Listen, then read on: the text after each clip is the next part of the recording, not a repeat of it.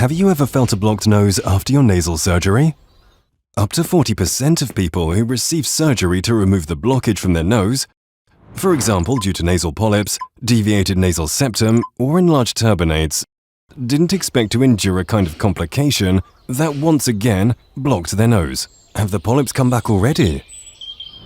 Nasal synechii are scar bands or adhesions that form between surfaces that are healing in the nasal cavity and can lead to repeated nasal obstruction, disrupting nasal drainage and breathing. The risk factors for nasal synechii are any type of nasal procedure or nasal trauma.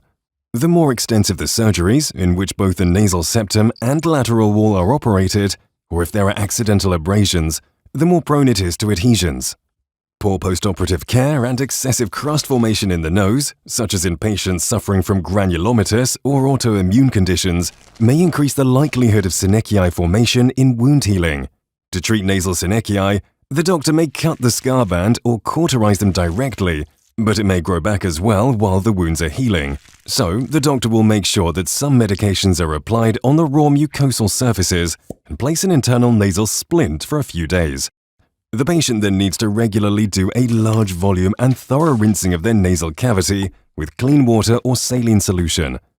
Make follow-up appointments, so any sign of crust formation can be detected endoscopically and subsequently removed.